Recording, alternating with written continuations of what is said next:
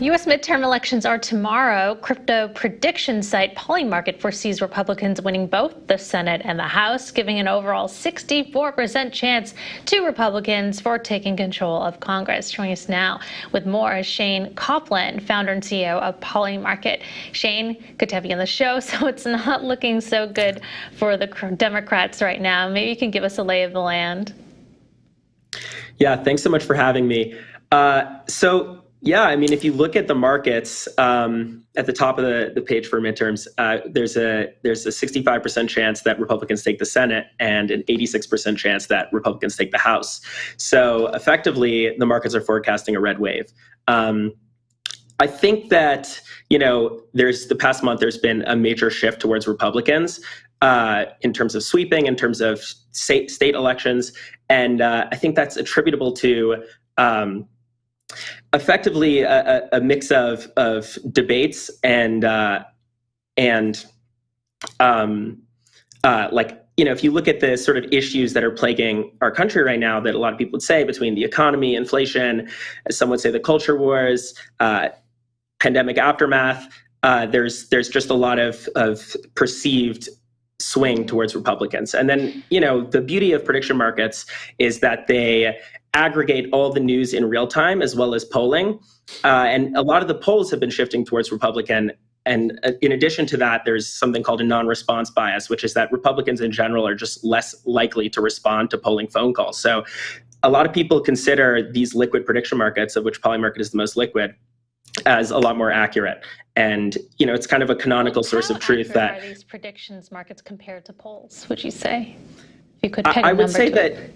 it's quite interesting. There was a poll, I guess, sort of like a play money prediction market today that was which polling source is going to be the most accurate for the midterms, and Polymarket is the leader. And I think that ultimately the beauty of markets is that they aggregate all available information. So not only are the people who are trading these markets looking at the polls, but they're also going and interpreting the news in real time. And a great example of that is in Pennsylvania with the Fetterman and Oz race.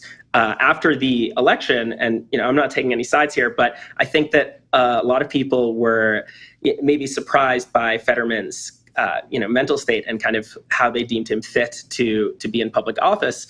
And what you ended up seeing was, okay, so that's how you could watch the debate and think, well, maybe this won't swing things, but the markets actually swung in Oz's favor and Oz became the favorite. So unlike polling, which is non-real time, and there's a lot of disparate polling that a lot of the time contradicts one another, the markets are a canonical source of truth that are just aggregating all of that and giving you one source of information and truth.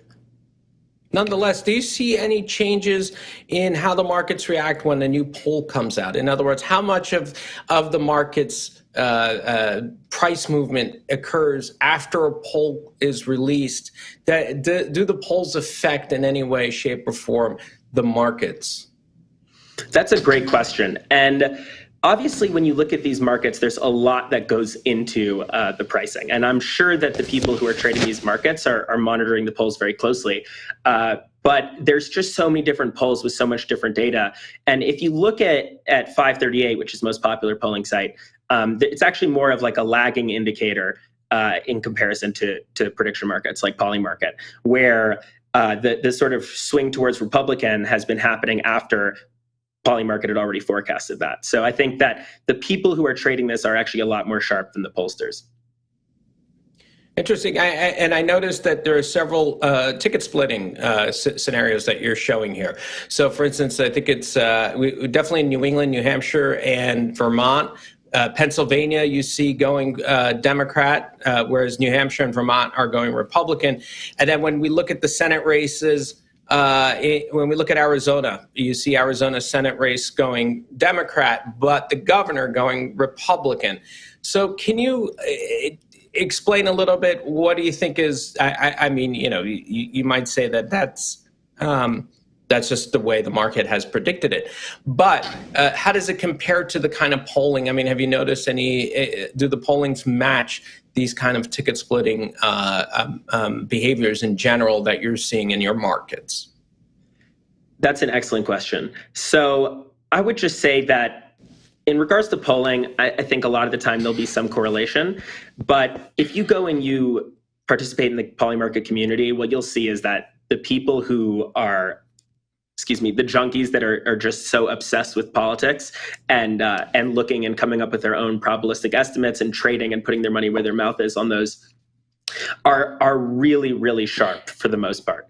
And the beauty of Polymarket, where it's got the most liquidity of any prediction market in the world, is that people are really able to go and price things accurately, which creates, even if it's only a few people trading, it creates really accurate forecasts that are, as we've seen with our midterm site, valuable to potentially millions of people.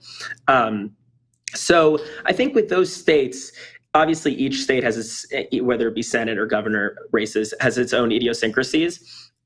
However, I think that if you look into each one, you would see that if you were to ask some of the largest whales on Polymarket, they'd have a really intricate and sort of practicable explanation for why things are trading the way they are. Well, that's interesting because in January, Polymarket was fined over $1 million in order to cease its offering by the CFTC. So, I mean, technically speaking, access should only be available to non-US users, but do you have an idea of who those users are, where they're from, what region they're from? That's a great question. Yeah, I think that if, look, there's a plethora of compliance measures that we undergo.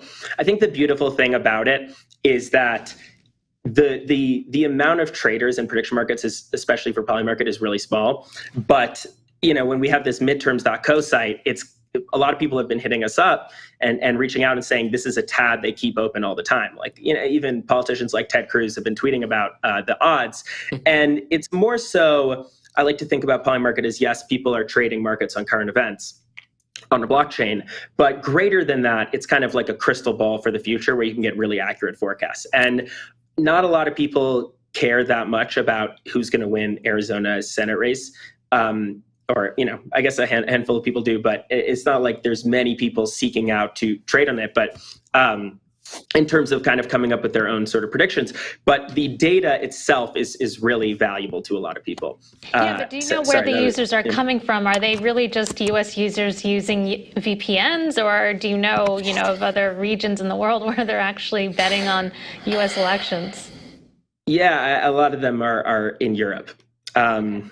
The community is really small, but yeah, I mean, we take a plethora of compliance measures. Do you know and who those are? So I would say that with DeFi in general, with blockchain-based applications, people are connecting their wallets. But what we do is we have attestations and we have geoblocks and a multitude of different things that people have to go through. So I'm confident, and our lawyers are confident in our compliance measures. What are the Can we bet against Canadian elections? Can we bet on Canadian elections? I want to. So, the markets team and the people who create markets and propose in the Discord, I'm sure people are proposing markets for the Canadian elections.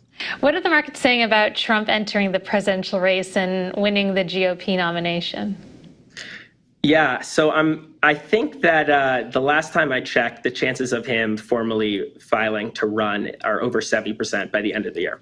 And actually, what you saw is in his recent